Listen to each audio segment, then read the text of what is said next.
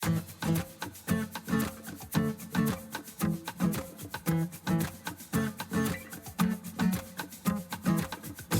podcast is a quest for well-being, a quest for a meaningful life through the exploration of fundamental truth. Enlightening ideas, insights on physical, mental, and spiritual health. The inspiration is love. The aspiration is to awaken new ways of thinking that can lead us to a new way of being well. Welcome to Body, Mind, and Soul Healing Conversations.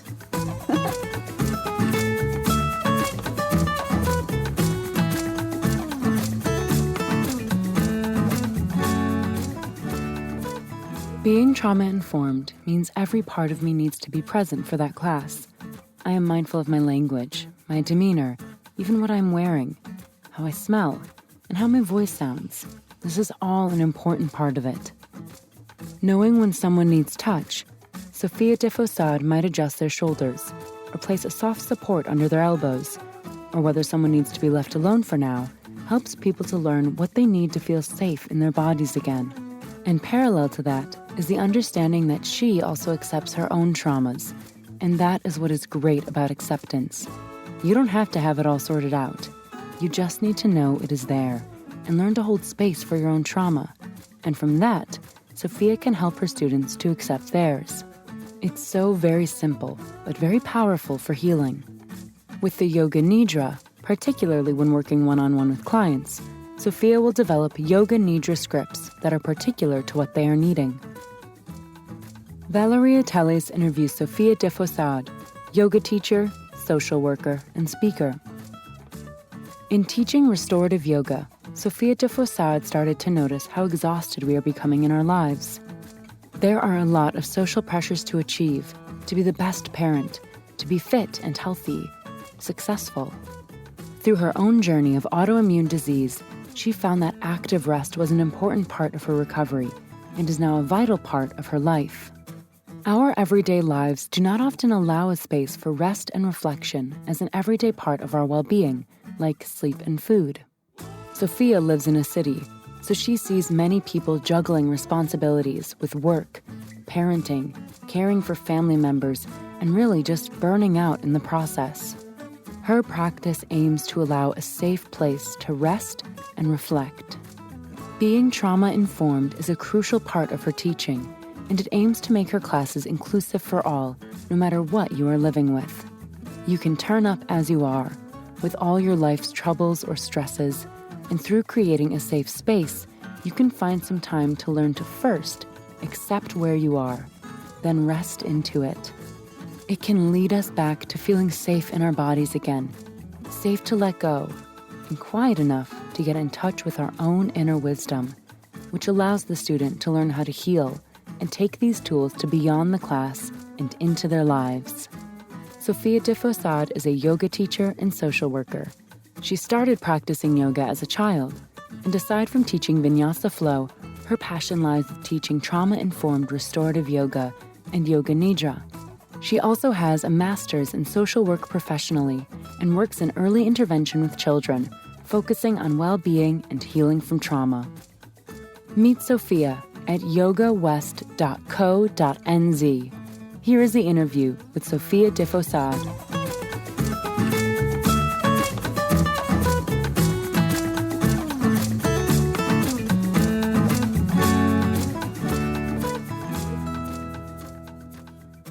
In your own words, who is Sophia De Fossard?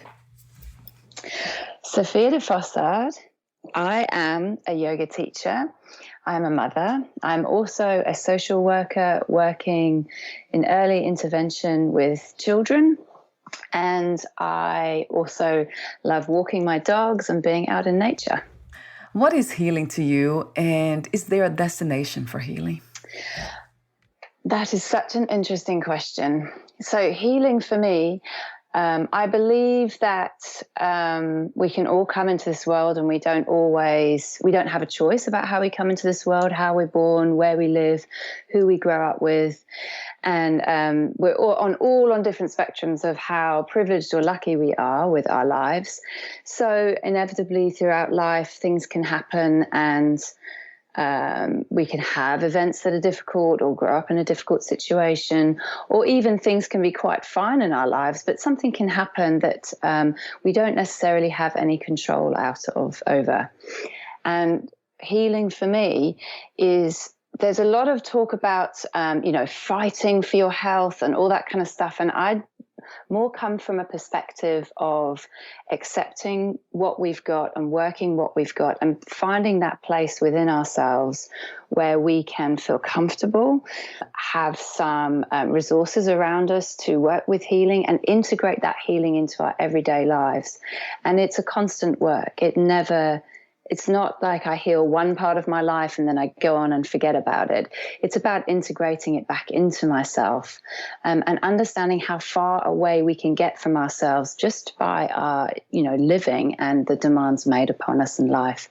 So healing for me is about integrating back to the self and finding that place of softness and compassion within ourselves to accept what has happened or accept where we're at. And maybe through that acceptance, we're able to have the resources to find some change. What drives us to become open to do the healing work? That's another question. What drives us often in my line of work? So I have two areas, the social work and yoga. And although they're quite different, there are some similarities. So I'll start with the yoga because that it requires a certain amount of agency for a person to walk into my class. Usually people turn up when they are, particularly with the restorative yoga, they're burnt out, they are tired, they've had enough, they're fractured, they're just worn out. And it could be just everyday life that's done that, or it could be some difficult events, illness or injury, or a series of difficult events. And it's often we come to a place where we're feeling so disconnected and so unhappy. It's like and some people have tried everything. They've been to therapy, doctors, all sorts, and these things do provide some respite help, of course, and they're never taking away from all the wonderful modalities that our modern world can give us. But sometimes we have to also look into ourselves and just try something different. I believe the healing journey is on many levels. It's the mental, maybe some talk therapies. It can be physical, needing help from a doctor. It can also be physical in needing physiotherapy or something like that. But also it's a spiritual and emotional journey. And that's not always addressed in our modern Western sort of science world, and that's where the yoga can come in. The social work is a little different because I get referrals from teachers or parents, or sometimes children do come in, but more often, because I'm working with children, they turn up because the adults around them that care for them have concerns about their well-being. And there it's a little different, where these children may not be choosing to come into my service. Of course, they have to consent to see me, but they've been told you need to go and see Sophia, you need to maybe help to talk about something. It's much more about creating a safe place for them. They might not be able to verbalize what's going on for them, but creating that safe place for them. And that is the similarities I have between my yoga and that social work. That initial intervention is finding a way of making that person feel safe, first with themselves and then with me. I love that, this idea of creating this space of trust within. Yes. And then finding that out there too. That's what a wonderful combination. And just something I want to speak of that you mentioned just before, this work, I cannot do any of this work without first working on myself and feeling safe within myself. And that is an absolute key part to all my practice, whether it's social work or yoga, is that I'm aware of who I am, where I'm at, and what I'm bringing to it. It's not about fixing what's wrong with me or anything like that. It's about being aware of it and working with it. And that's very, very important to my work. I love that too, this component of acceptance and then self-awareness. Yes. Because it seems like trauma, it never goes completely away, right, Sophia? No. Or it does? No?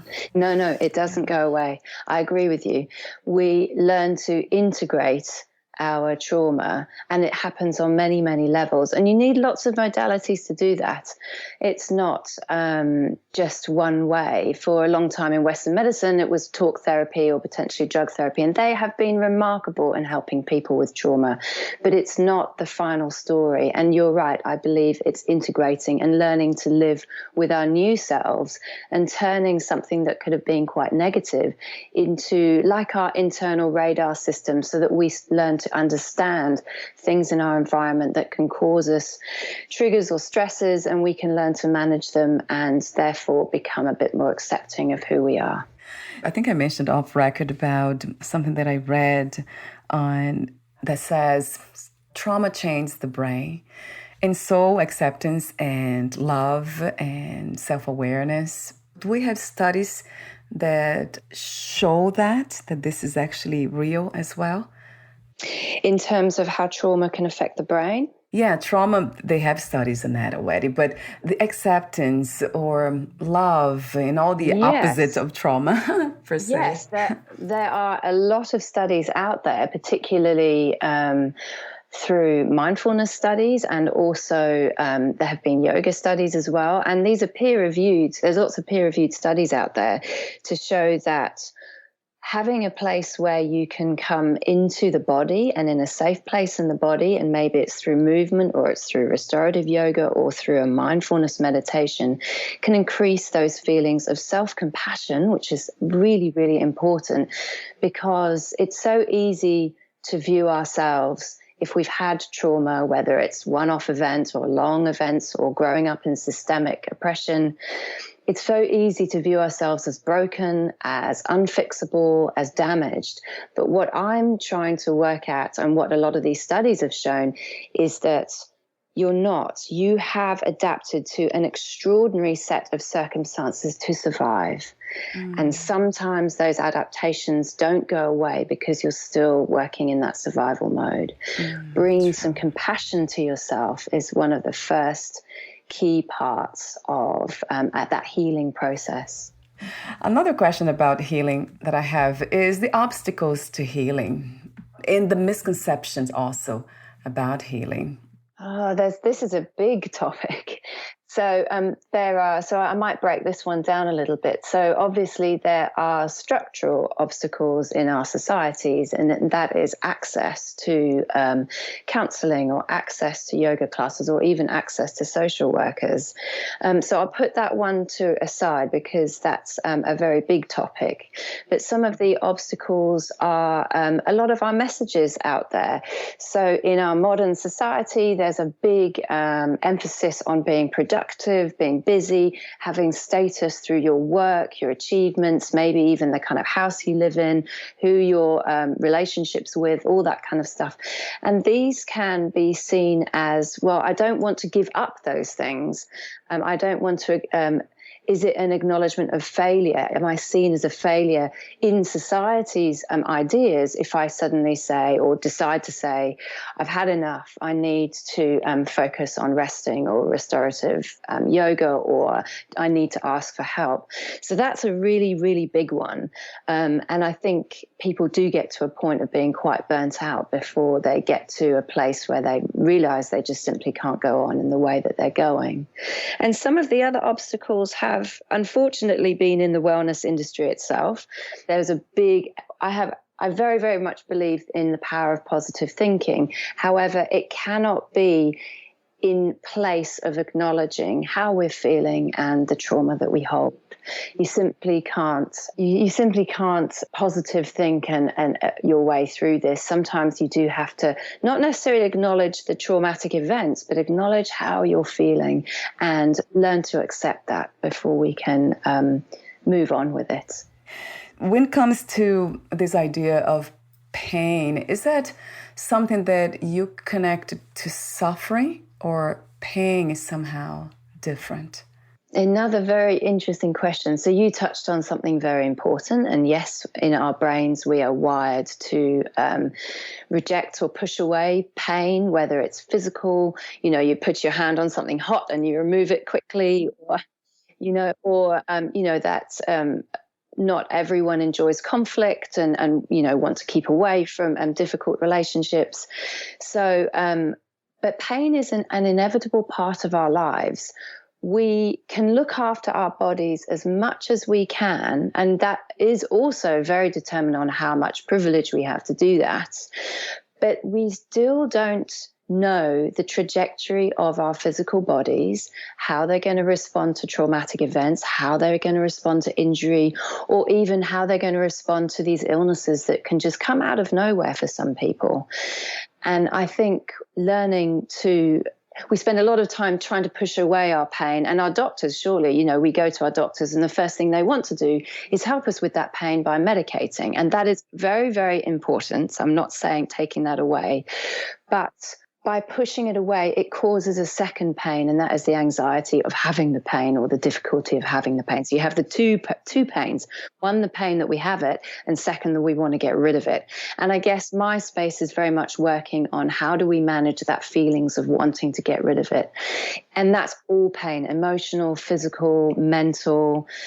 It's all of it. And I don't have a magic silver bullet for this one, more that I allow people to explore their relationship with the pains that they have through restorative yoga or yoga nidra, or in my social work through some somatic trauma therapy or some acceptance therapy. And then we learn, how are we going to live with this in our lives? It doesn't always mean it's going to be there forever. I can't predict that, but I can help with how we have this unwanted guest in our lives and learn to live with it. And sometimes just that alone can help ease it, because we're not battling anymore. So true, because fighting pain, that becomes another kind of pain. So it's compounding the issue. Absolutely. So true. So true. I love your wisdom. And I have another question. I have so many questions, way too many. Yeah, let me ask you this one. Spirituality. Do you have any spiritual belief systems or, practices? Yoga, it is one, actually. Yes, of course. Yeah. And I have a long relationship with my spiritual journey. And I was very fortunate that my mother taught religious education, but when I was a little child, she read to me from many, many different religious and spiritual texts. So not only the Bible, but the Bhagavad Gita, the Quran, Zen koans. She read me a lot of Buddhist texts, and she treated them like stories, because of course in all our belief systems are wisdom within those stories. So from an early age, she opened me up to this idea of our life can be seen through narratives and stories. And she taught me meditation, and I went on for very many years, had a very devoted Buddhist meditation practice through Theravada Buddhism. I use a particular sutta called the Anapanasati Sutta, which really works on the breath in the body. You don't really have to know too much about the sutta, but the premise is it's exploring the breath through the whole body.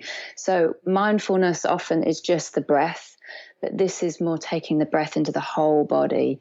And I use this, as I look back in my lives, as a way of emotional regulation. I'd have a stressful day or a big decision to make, or I needed to be clear-headed, and I would use, I do quite a committed and disciplined meditation practice.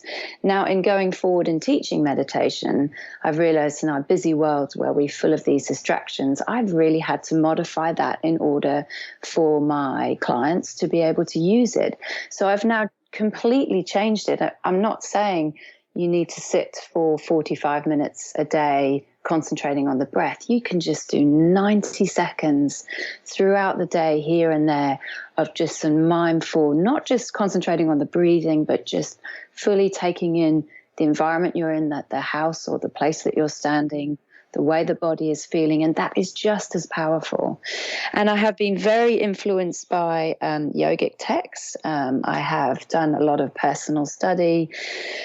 I could talk a lot about this, but I guess my biggest dharma, my biggest teacher is being out in nature. And even those times where I've been living in a city, I've always been able to find a tree with some birds where I've been able to observe it different times of the day throughout the year, notice its change, notice its vibe, its feeling, have that understanding that when you're standing in nature, it has a certain stillness and energy about it that is really, really useful for us to absorb. And you can do that by just being next to a tree and smelling the air. It is that simple. Yeah. Yeah. I love the way you speak of these things. Yeah. How simple it is being present to what is present, right, Sophia? Basically, it sounds so simple that we dismiss it, right? We don't see it.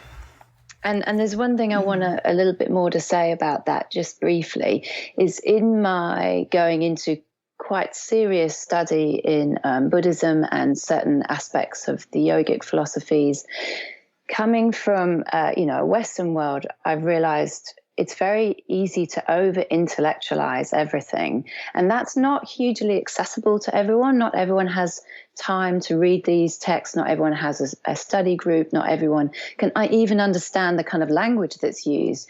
So as I'm getting older, I'm bringing it back to the simple, What is the message that's being given in these amazing texts?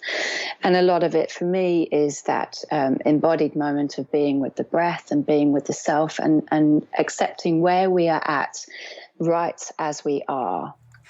Yes, 1 billion times to that truth.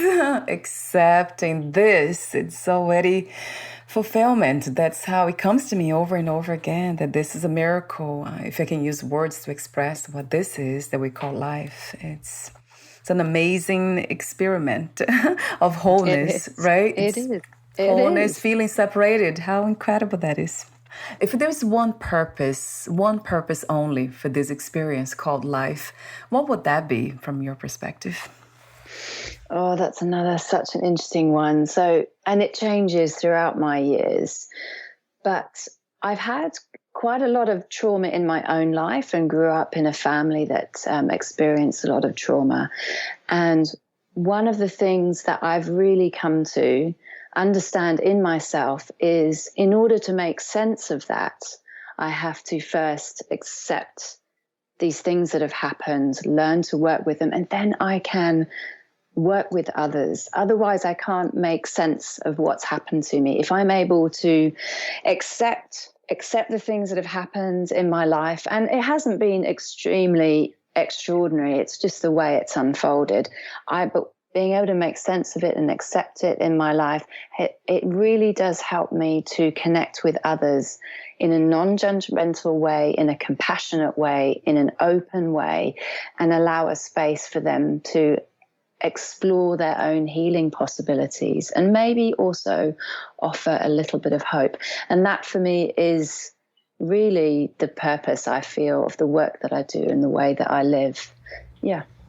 I love that too. And when you talk about acceptance, you mentioned so many times throughout this conversation already, that makes me think about accepting not just the unacceptable, but accepting sometimes that we don't accept, that we are not able to accept certain things. I completely agree with you on that one. I completely agree with you on that one, because if you're being told to accept everything all the time, and you feel you can't, that becomes another stick to beat ourselves with. And I remember speaking to a student once who had this very long illness and was finding it very difficult to accept their huge change in their lives. And being in a place where it's okay not to accept it is a form of acceptance. And from that, it can be liberating to start to make some space for some healing work. Yes. Another trillion times to that. Accepting everything. Yeah, it's so healing. Even to listen to it, it just opens the heart and the mind. Yeah. So my last warm-up question is, what do you love most about being in a human body? What do I love most about being in a human body? I think it's how adaptive we can be.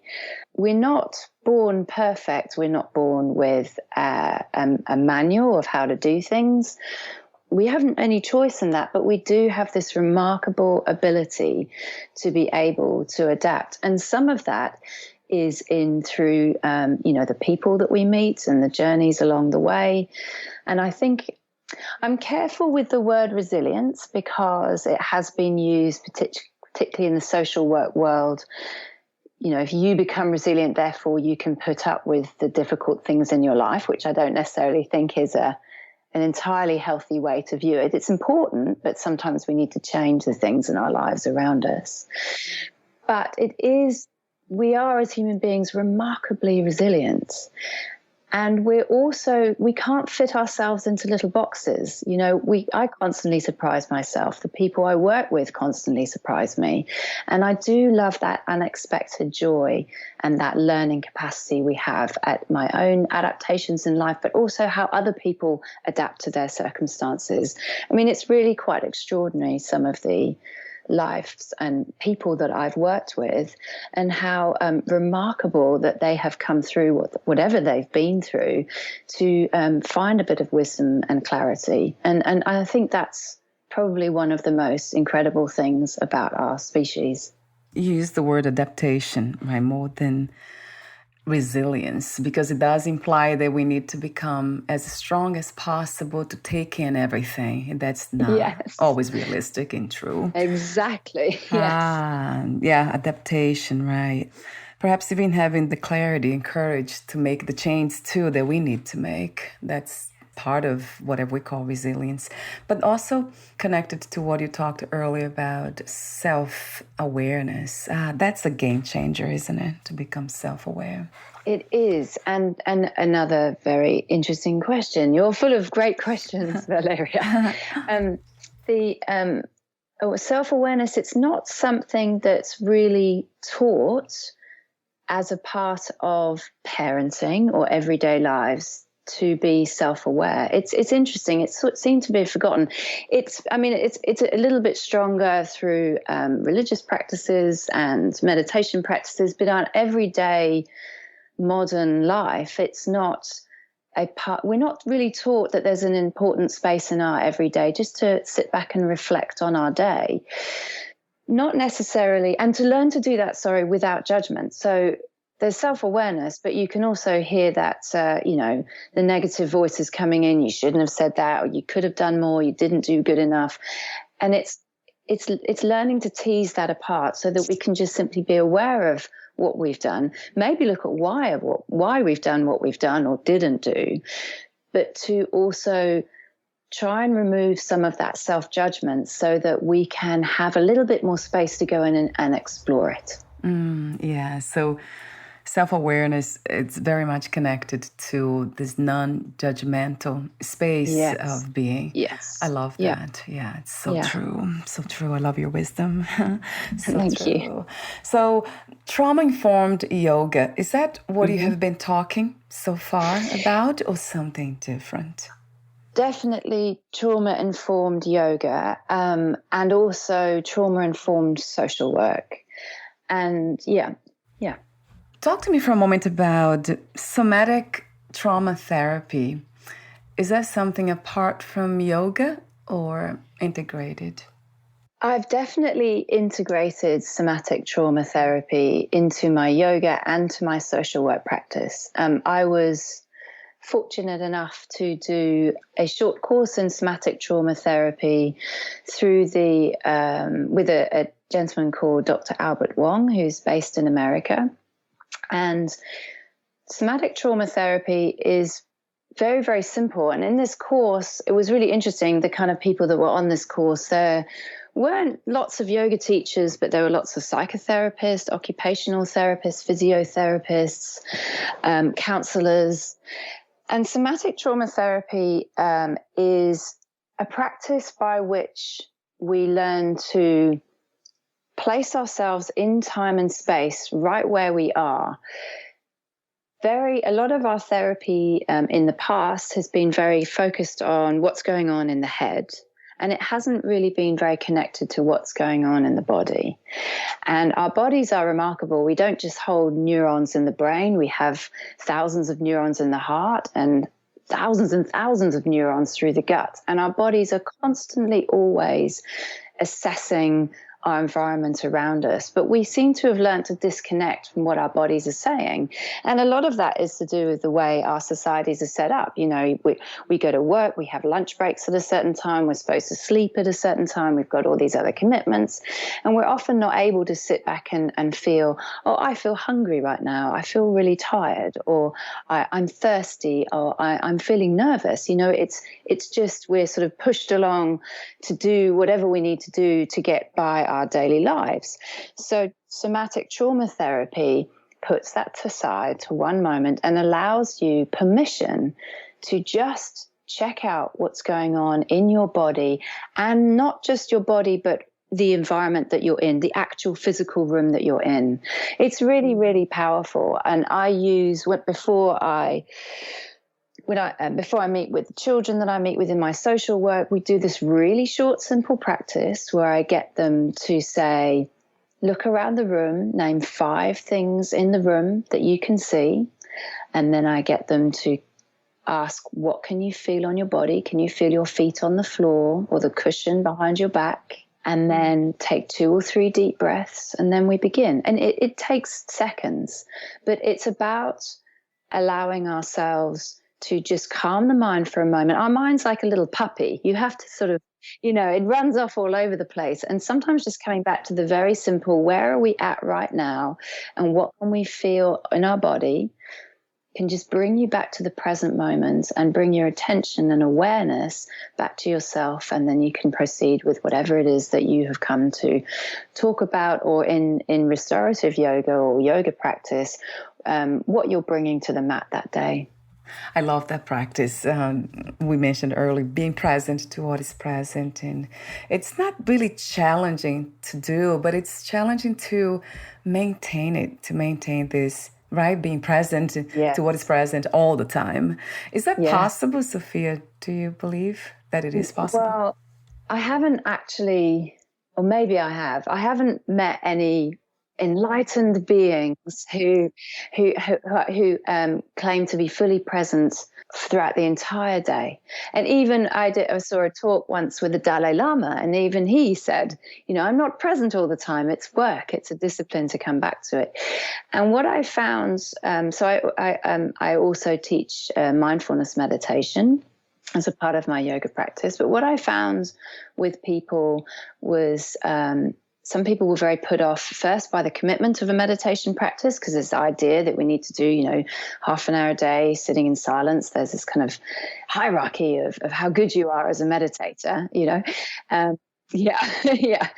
And also having people that maybe came to my class that have are living with panic attacks or anxiety disorders.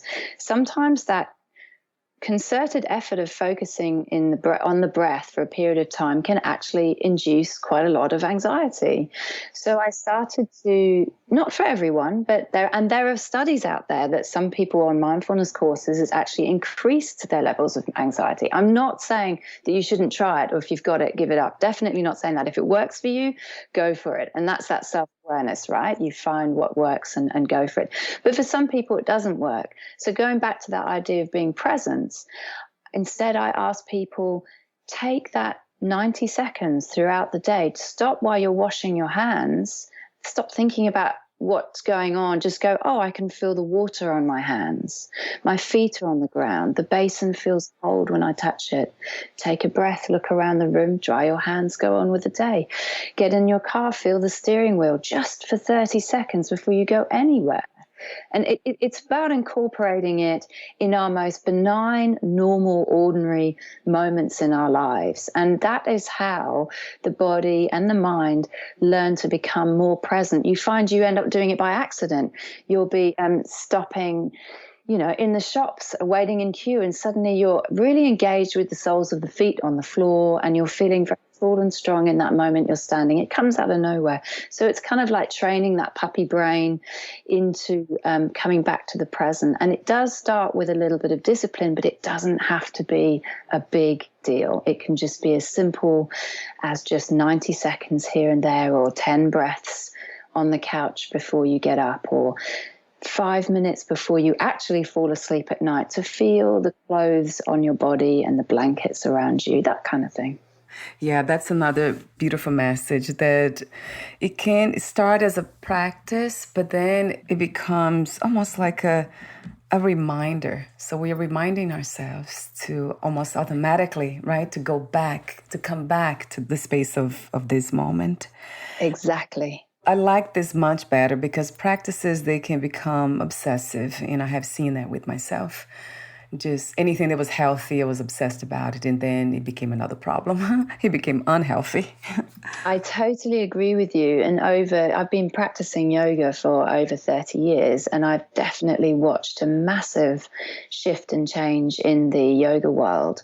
And one of the practices I teach is vinyasa, and I love vinyasa flow, but it does attract a certain type of person, including myself. I see this in myself as that perfectionist, and that, you know, wanting to be really fit and strong, and that not necessarily it becomes a goal, and it becomes a barrier to that self-awareness. So it's about balancing that out, because you can still have those really fiery and energetic movement practices, but it's just a little bit about changing the shift and focus. Yeah, wow, great point about becoming a goal. That's not really the goal to get somewhere. It's to be here now, right? Yeah. Another question I have for you, I guess one that just came up a few minutes ago, it came to me, is about trauma. It can be felt in the body. We know that. It can very much be felt in the body. I still have some, we can say triggers. It might be, I call it triggers. It might be, but I'm not sure. Or I'm just sensitive. The body is very sensitive to everything around me. And around certain people, my body doesn't respond well. It's like the gut, and then I have headaches, and I was wondering if this is coming from trauma or this is something else. I actually even went to see an energy healer because of it. So yeah, talk to me for a moment about that, Sophia. How do we learn to recognize the cause for those reactions or responses? That is an interesting question again. Yes, I first and foremost just want to acknowledge it is so true, and that we are, on some level, very primal beings. We're creatures of the earth. You know, you can walk into a room, you're feeling fine, and suddenly you're on edge. No idea why. So I've been very influenced by the work of Stephen Porges, who works with polyvagal theory and this idea of the vagus nerve. It runs all the way through the body, from the brain all the way down the spine, and it's constantly taking information from all our organs, as well as taking information from outside of ourselves. And sometimes, and our optimal state is when we're feeling very social, not necessarily social as in we want to go out and party, but just being able to socially connect with people, and just that feeling of being at ease. We can have triggers in ourselves that can cause us to want to fight or flight. So that fight feeling is like, you're feeling aggro and just, a bit on edge and a bit jumpy, and might come out with something you didn't want to say, or that flight, like I want to get out of here, or even more so that freeze, which is a very difficult situation, like dissociation, where you feel like shutting down. Now, most certainly traumas can cause this, and in Western trauma therapy, or Western psychology, definitely, we focus very much on the traumatic event. Our trauma therapy developed, Freud definitely noticed trauma, over 100 years ago in the patients he saw, but it really didn't become sort of a very strong narrative until we got into that idea of shell shock and people coming back from war with these terrible nightmares and night terrors and emotionally all over the place. And we still view quite a lot trauma in a lens of pathology. Something has happened to us, we didn't adapt to it or couldn't adapt to it, and it's produced a trigger.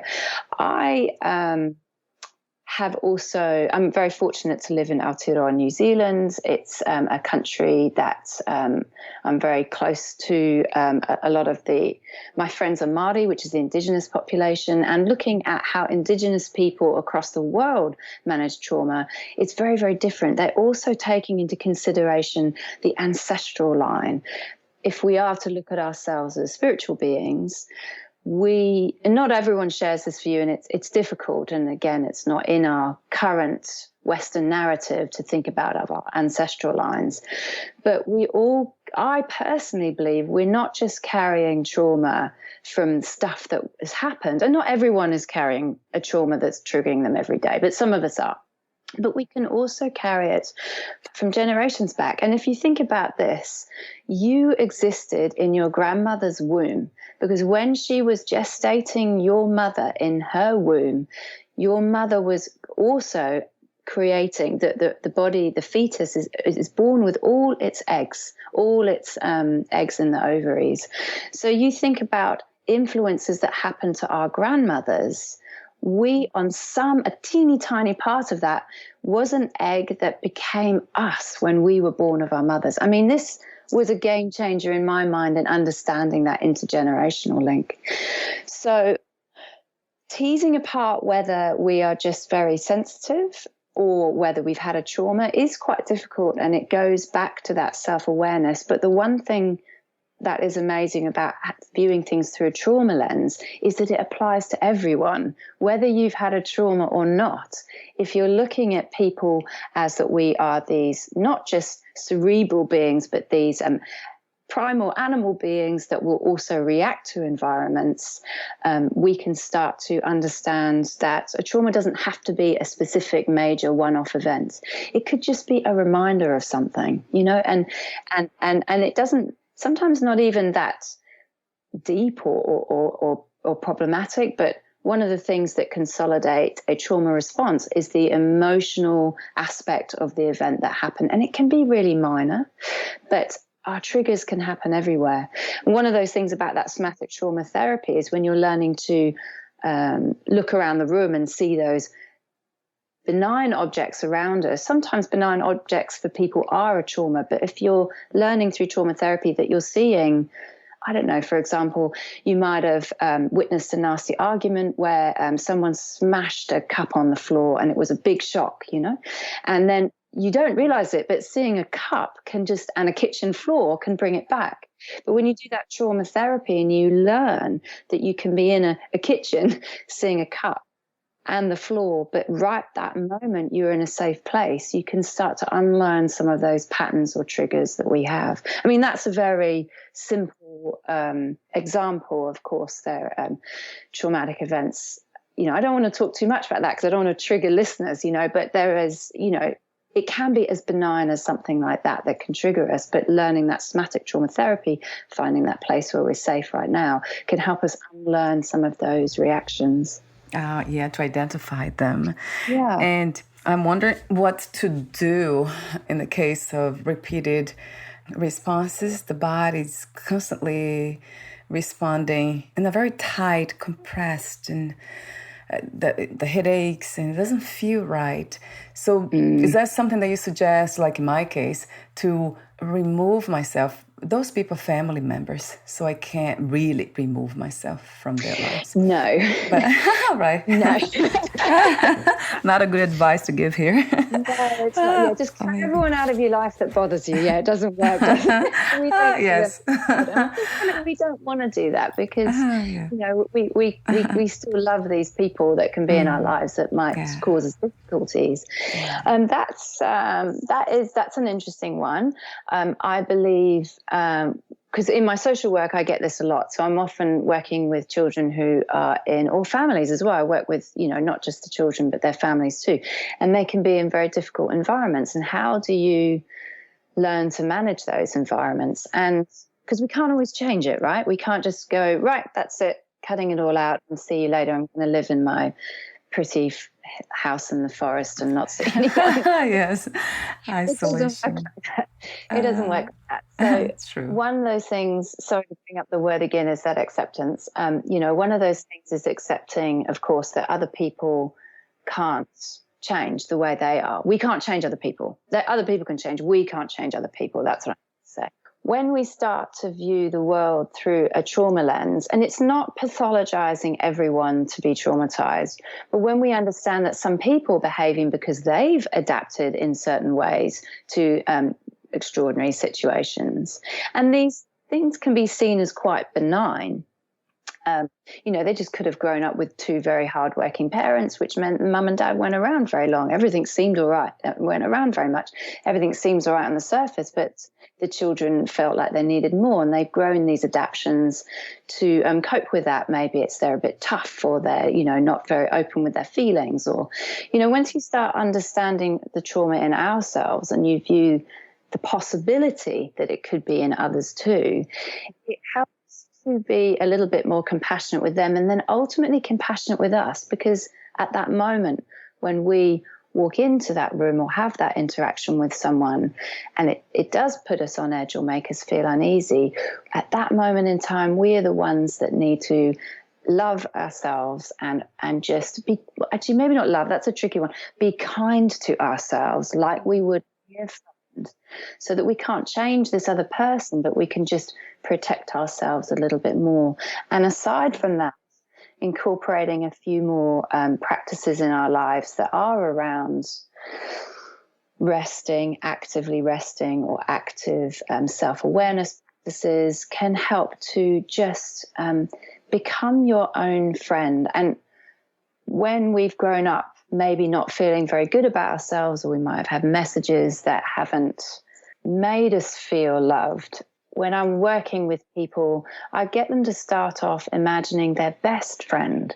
And it could be even their pet, their dog or cat or rabbit or whatever. It doesn't matter. Someone you feel completely at home and comfortable with. And you imagine that you're with your best friend. What would you say to them if they came to you and said, I've just had a really tough day. I had to spend all day with so-and-so, or I had a difficult conversation and they didn't even say very much, but I've left feeling really jaded. You just want to hug your friend or hold their hand and say, oh, I feel for you. Can I make you a cup of tea? We can just sit here and talk. It's okay, And it's about learning to turn that back into ourselves. Oh, what a beautiful suggestion. Yes, I agree, Sophia. So because we are the ones who are self-aware of these things, then it's easier to be compassionate, as you call it. I love the idea of being kind to oneself, because that just automatically is expressed outwards. I noticed that. And there's one last thing I want to say on self-awareness, because it is, some of us are born naturally very self-aware. And it sounds like you're one of these people born with a natural ability to be self-aware. It's something that, of course, we all develop.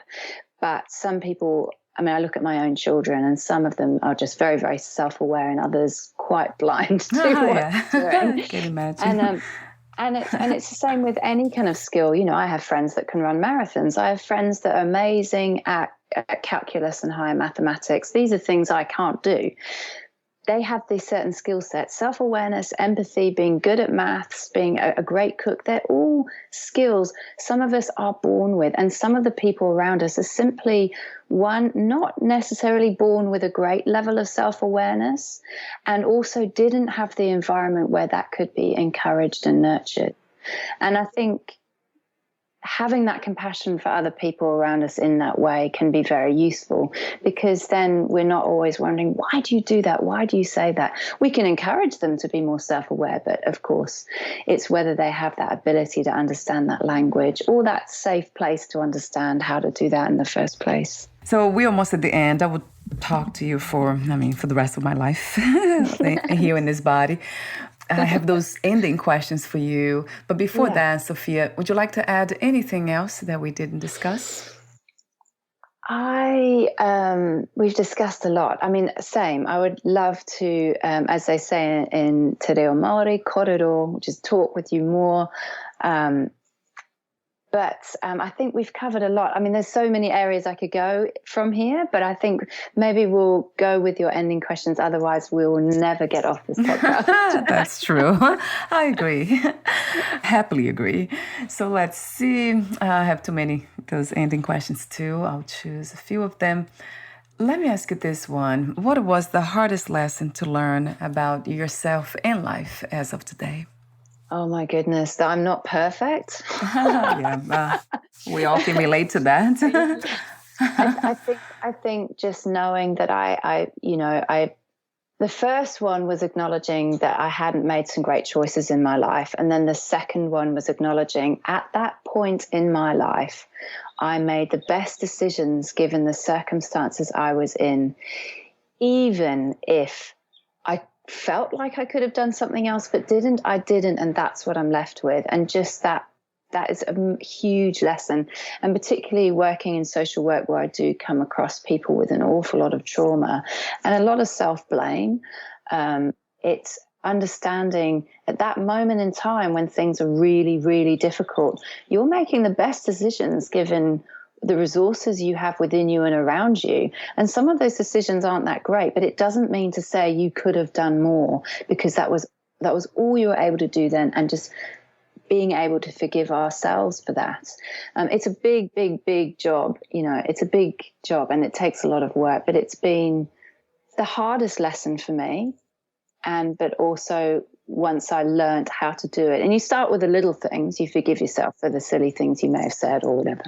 And then you can move in. You graduate to the big ones. Yeah, start to unpack, like a school. Sort of, when you start to unpack some of the situations you ended up in and realizing that we're not always in control of a lot of stuff. And we sort of led to believe that we have a lot of control in our lives. And it's not really that true. So once you start to understand that, you can just forgive yourself a little bit for, I don't know, ignoring your body and getting so ill or whatever it is, So true. It kind of brings me back to the message of being kind to the experience of life, right? Being a human body, and so many things could happen. And I love the topic of not having control. I actually don't believe we have any control, which is a very different idea. How you do? Great. It's very controversial. It is, because it's a rebellious point of view to have.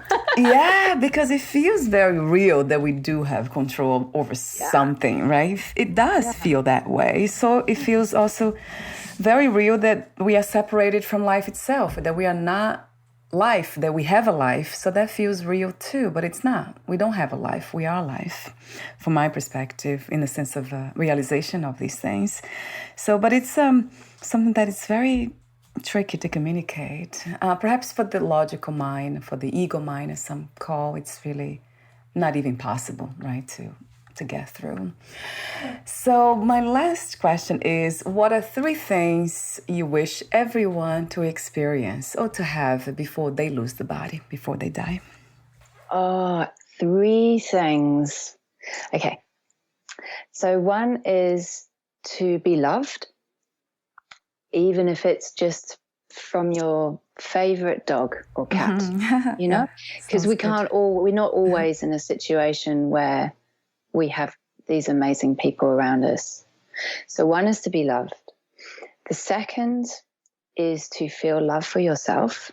It's very tricky. I know a lot of people that I work with, both in social work and yoga, it's something they struggle with. And third, this is coming from, I live in a city and I'm in a Western society. And, so it's really about having the time and space to have some kind of active rest or relaxation, and to be no judgment for it. So if you need to go, actually, I just need to sit in my garden and do nothing for an hour, being able to do that without anyone, or at least one part in your life where you can have some space to do that without feeling those obligations to do all that other stuff that we do. Because it's really being with the self, you are able to develop those self-awareness, the self-love, and the time and space to reflect on what's going on for you, what you can control and what you can't. Yeah, so true. I love your wisdom, Sophia. I love everything about you, I have to say. It's truly Thank beautiful. you. The way you open to life and to explore the inner world. It's just incredibly Thank you. beautiful. Thank you. And before we say goodbye, where can we find more information about you, your products, services, and future projects? So I have a very limited social media presence. Most of my work is word of mouth, but I have a small profile through the studio I work at, and that's yogawest.co.nz. I also have an Instagram account, and it's all one word, Life and Metta. Metta is spelled METTA. Metta is the Buddhist phrase for compassionate love. So Life and Metta on Instagram, where I post a few things on my practice, my journey, my self-practice, and the work I do with other people. Yeah, wonderful. I'll have your website link on the podcast profile too. Thank you so much again, Sophia, and we'll talk soon. Thank you so much, Valeria. It's been a pleasure to talk with you. Bye for now. Take care. Bye-bye. Bye.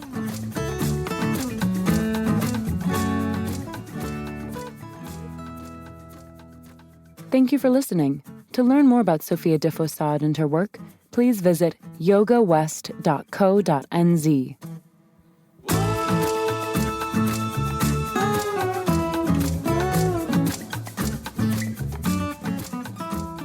To learn more about this podcast, please visit fitforjoy.org/podcast. Thank you again for listening, and bye for now.